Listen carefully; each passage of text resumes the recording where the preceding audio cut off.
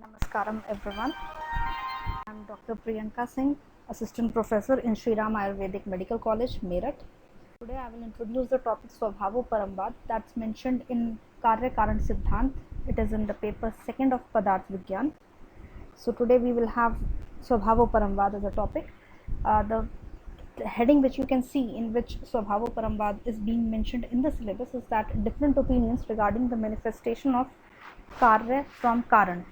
So it is one of the things of Karya Karan Siddhant, and this has to be kept in mind while understanding this topic. Now, Swabhavo Paramvad, as the name itself suggests, Swabhav Uparam. Uparam refers to Nash. तो आचार्य चक्रपाणी ने कहा है कि स्वभाव उपरम स्वभावतः नाश हो जाता है. In other words, what he has said that कारण निरपेक्ष नाश होता है. नाश किसी कारण की अपेक्षा नहीं करता. We do not find any causes for क्षय. वो जो नाश होता है वो स्वभावतः हो जाता है. ऐसा आचार्य चक्रपाणी ने इसको डिफाइन करते हुए चरक पर अपनी टीका में मेंशन किया है. नाउ कमिंग टू चरक, आचार्य चरक संहिता सूत्र स्थान अध्याय 16 में कहते हैं, जायन्ते हेतु वैषम्याद विषमा देहे धातवः हेतु साम्याद समास्तेषाम स्वभाव उपरमः सदा.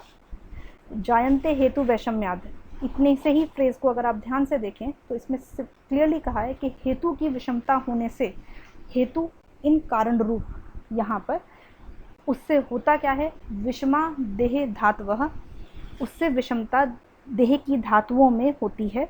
ये कार्य रूप में आचार्य चरक ने लिया है. तो कारण रूप में हमारे पास आधा फ्रेज है श्लोक के पहले पार्ट का, और कार्य रूप में बाद का. हेतु साम्यात समास्तेषाम, जब हेतुओं की समता रहती है तब सम्यक त्रिदोष की अवस्था रहती है. स्वभाव उपरम सदा, और स्वभाव से ही इस साम्यता का, इस सम्यक त्रिदोष अवस्था का नाश होता है, एज कोटेड बाय आचार्य चरक. उसके बाद स्वभाव परमवाद के ऊपर ही आपको चरक सूत्र स्थान अध्याय 16 का एक और श्लोक मिलता है, जहाँ पर पहली लाइन है, प्रवृत्ति हेतुर्भावानाम न निरोधे अस्ति कारणम केचित तत्रपि मन्यन्ते हेतुम हेतोरवर्तनम. प्रवृत्ति हेतुर्भावानाम, प्रवृत्ति जो हेतु है उसकी प्रवृत्ति होना ही उसके भाव होने के पीछे कारण है. न निरोधे अस्ति कारणम, और इसका भाव का नाश होने का कोई कारण ना होना, निरोध नहीं है, ऐसा कोई कारण नहीं है जो भाव का नाश करता है. उसी में सेकेंड लाइन में कहा गया है, केचित तत्रपि मन्यन्ते, और कुछ लोगों का मत है कि हेतुम हेतोरवर्तनम, हेतु का ना होना ही नाश का कारण होता है.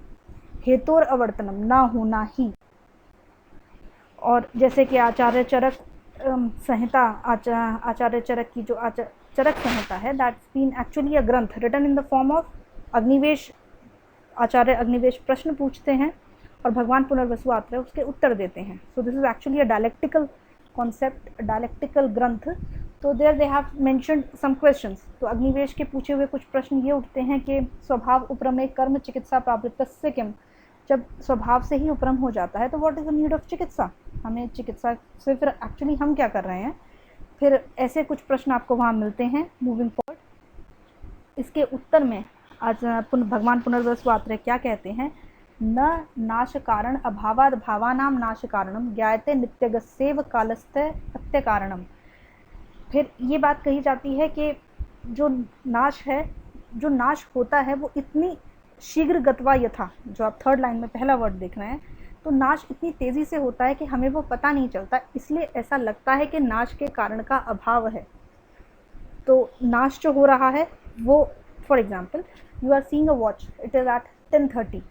10:30 से वॉच 10:35 की तरफ जब जाती है तो उस 5 मिनट में समय का नाश होता है, 5 मिनट का नाश होता है. पर हमारे अपने एक्सपीरियंशियल वर्ल्ड में उस चीज़ की कोई बहुत ज़्यादा हमें नहीं समझ में आता कि वो कैसे हुआ, उसके पीछे क्या लॉजिक है. शीघ्र गत्वा यथा, वो इतनी शीघ्रता से उसका नाश होता है कि हमें वो परसेप्शन में अपने नहीं आ पाता.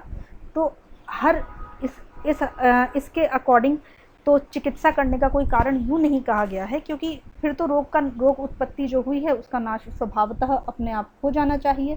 तो फिर इसमें चिकित्सक क्या काम करता है, इसी कॉन्सेप्ट को लेके स्वभाव उपरम पे एक अच्छा चिकित्सा संबंधी डायलेक्ट चला है, जहाँ पर आचार्य भगवान पुनर्वसु आत्रेय कहते हैं कि या भी क्रिया भी जानते शरीर धात्वा समा, वो या भी क्रिया भी, क्रिया सिनोनिमस वर्ड फॉर चिकित्सा also.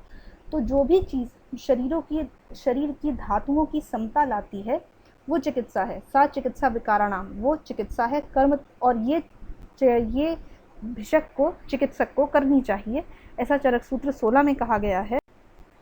Now coming to the application of स्वभावो परमवाद।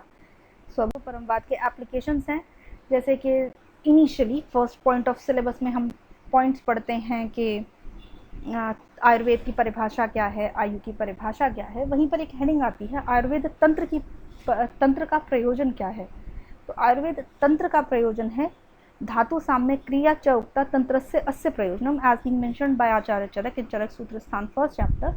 तो धातुओं की समता, यही क्रिया एज आई हैव टोल्ड चिकित्सा के लिए कहा गया है। तो धातुओं की समता ही जो है वो चिकित्सा है। तो एक्चुअली चिकित्सक करता क्या है, वो धातुओं की समता करता है। वो, अगर आप आचार्य वाग्भट को देखें तो what Acharya Vagbhata says that रोगस्तु दोष वैषम्यम दोष साम्यम आरोग्यता। आचार्य वाग्भट ने सिंपली कहा है कि रोग मतलब दोषों की विषमता। पर if you go a little bit in detail, तो इन डेप्थ आप समझ सकते हैं कि आचार्य चरक ने दोष वर्ड नहीं यूज़ किया है। What he has used, he has said विकारो धातु वैषम्यम साम्यम प्रकृति उच्यते। विकार क्या है, धातुओं की विषमता। तो in a very enlightened way you can understand that कि जो दोष हैं वो मैनिफेस्टेड या कार्य रूप में जो होता है उसकी मैनिफेस्टेशन है, परंतु उस दोष के पीछे की तरफ अगर हम देखें, कारण रूप में देखें, तो वो धातुएं हैं। तो आप जब चिकित्सा करके दोषों की सम्यक अवस्था लाते हैं, तो एक्चुअली दोषों को सम्यक करने के लिए आप दोषों को सम्यक नहीं करते, आप धातुओं की सम्यक अवस्था को अटेन करते हैं। So that is the hidden point in शास्त्र, जो उसे ऐसे छुपा कर रखता है।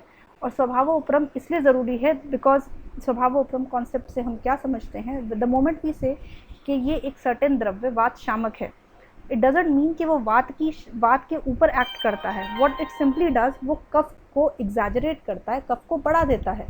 और जब वो द्रव्य कफ को बढ़ाता है तो वात का शमन स्वभावतः हो जाता है, स्वभाव से ही वात का उपरम या नाश हो जाता है। So this is the very underlying concept, और यही चीज़ शास्त्र में कही गई है कि स्वभाव उपरम के द्वारा चिकित्सा की उपयोगिता भी सिद्ध होती है कि चिकित्सक क्या करता है। And this is a question which can come in a short note also and in elaborated big weightage question also. So that is up to you how to present it. Lastly also I would like to say that please maintain your notes, try to learn श्लोक, understand them and do their व्याख्या। आप जितना उसको अच्छे से शास्त्र सम्मत प्रकट कर सकते हैं, वो आपको शास्त्र में उतनी दृढ़ता देता है। And with all those words, thank you so much friends for listening to me. Thank you.